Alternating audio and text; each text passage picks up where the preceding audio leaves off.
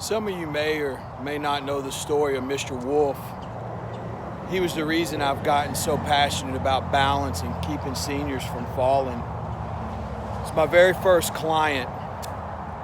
Very interesting guy, World War II veteran, captain of a minesweeper at one point. So he fell and he passed away, and I started looking for curriculum that I could study to help me teach people a better way to balance, something that was effective. Came across a lot of things, and I quickly realized I was going to have to interject some of my knowledge with some of my clients because they couldn't simply start where a lot of these programs started. Some of these programs had a really high entry point, like having folks balance on one foot. A lot of my clients couldn't do that. A lot of my clients, some of them couldn't even stand up for more than a minute. That was tough for them. So when I decided to move forward, push forward, and write a balance program, it's not what I set out to do, but as I started doing my research, one of the first things I came across was a study done with 8th graders in 1995 in Naperville, Illinois. I think it was at Naperville Central High School. You had a PE teacher who took kids and had them exercise in the mornings, and then they did their schoolwork. And this was effective. So what ended up happening is these kids, 230,000 students around the world, took a standardized test in mathematics and science.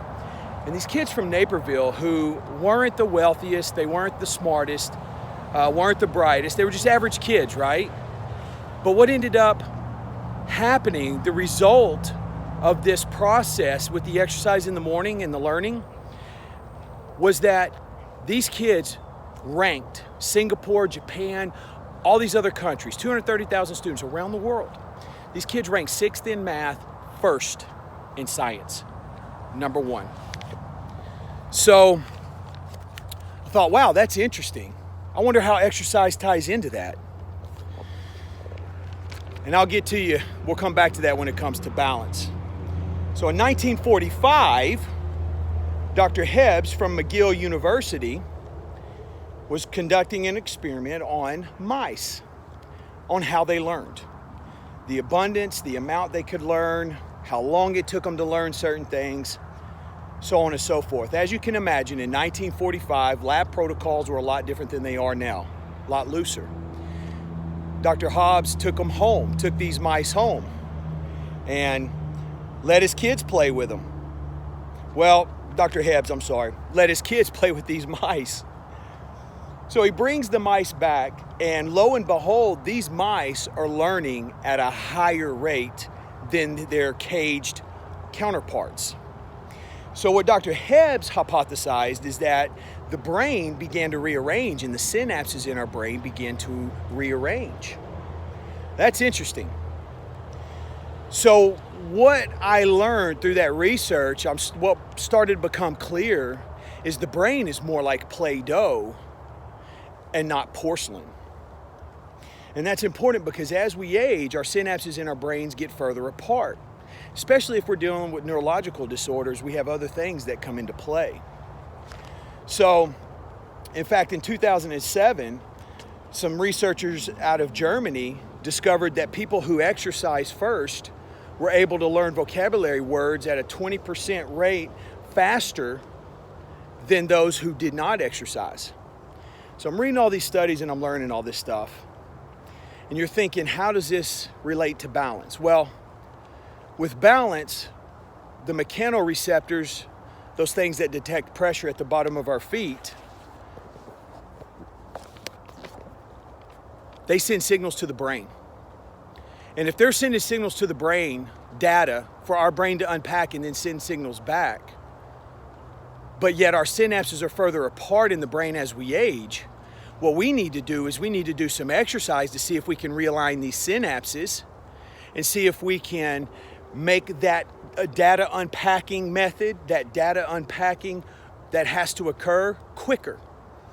Some of us would call this agility, right? The quicker you identify and adjust and react to an obstacle. So what was going on with the exercise that did this?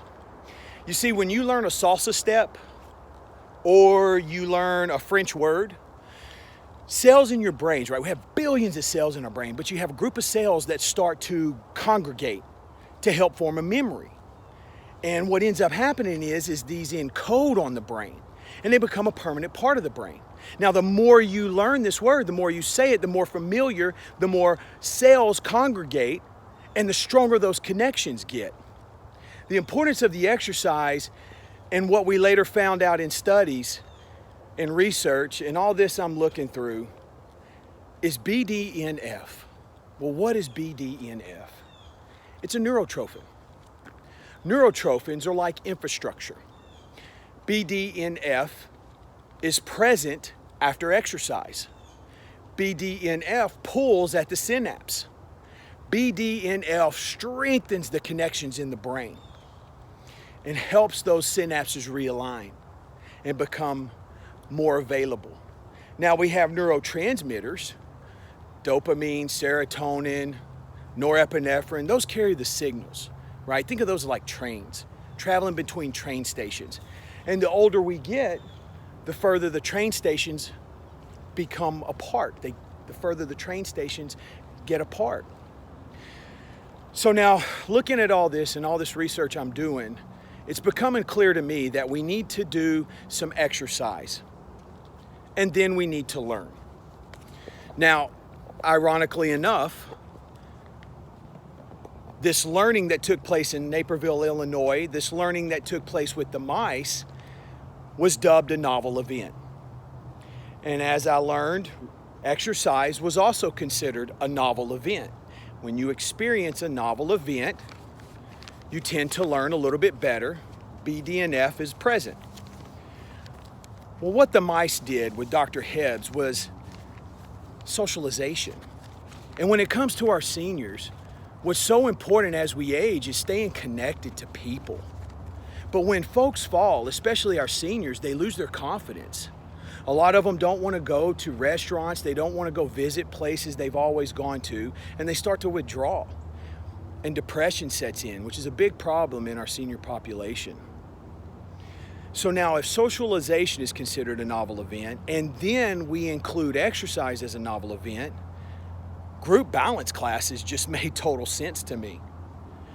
And the way we structured Balance University was that we constructed it in such a way that we exercise first with the strength pillar, the posture pillar, the flexibility pillar.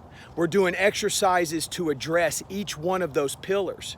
And then the final pillar is balance, where we learn our French word, our salsa step. We're doing the same things over and over so that in that dynamic stability exercise, that proprioceptive environment, the mechanoreceptors at the bottom of our feet can continue to send signals to our brain, and those cells can congregate, and we can start to imprint and encode these positions of balance so that when we find ourselves in real life in those positions, we can correct ourselves. Those are familiar feelings, familiar memories. So also what happens when we fall is bed rest. Sometimes people will go through surgery and then they'll go to in-home healthcare or in-home physical therapy. That may be an option, but a lot of times people are in bed. So what I found here is what was called the Dallas Bed Study. It was done in 1966, Dallas Bed Study. They took 5 healthy young men, 20 years old, and they put them on 3 weeks bed rest. They took their vitals prior to create a baseline. 3 weeks bed rest. When these young men were done with bed rest, the 3 weeks bed rest, the study, researchers took them off and they took their vitals again. What they found is their resting heart rates were higher, their blood pressure was higher, their strength in their legs especially had decreased, their muscles had atrophied, the amount of blood, the volume of blood the heart can pump had decreased. They were in bad shape, bad shape. Researchers, in fact, were shocked. 30 years later, they bring these 5 individuals back. Surprisingly, all of them were in fairly good health. Now, they've all put on about 40, 50 pounds on average. But for the most part, they were in good health. The researchers thought it would be too dangerous to do the 3-week bed rest again. So what they did was they took these guys and just put them on a 6-month exercise program. Let me back up. When these guys got done with the bed rest when they were 20, the 3-week bed rest, researchers put them on an 8-week intense exercise program. And their numbers post-exercise program were through the roof. They were phenomenal. Leg strength was better. All the stuff mentioned before was better. Now let's fast forward back to the 50-year-old. Sorry, I left that part out. My fault. So now let's fast forward to when they're 50. They're not going to do the 3-week bed rest because it was just too dangerous. But they did put them on a 6-month progressive exercise program. Well, what does that mean?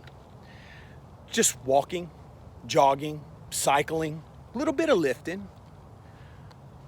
These researchers found after the 6-month program, when these guys were 50 years old, they found that their numbers were comparable to what they were when those guys were 20 years old prior to the bed rest study and the 8-week intensive exercise program.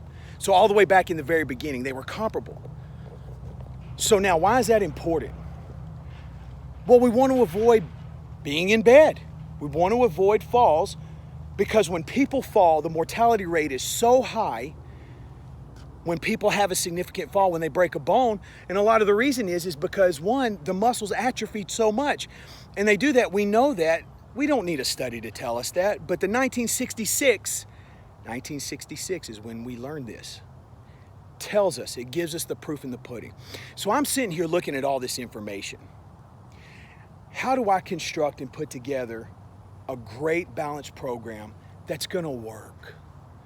I need something that's going to help people, help folks avoid unintended falls. Did you know 10,000 Americans turn 65 every day?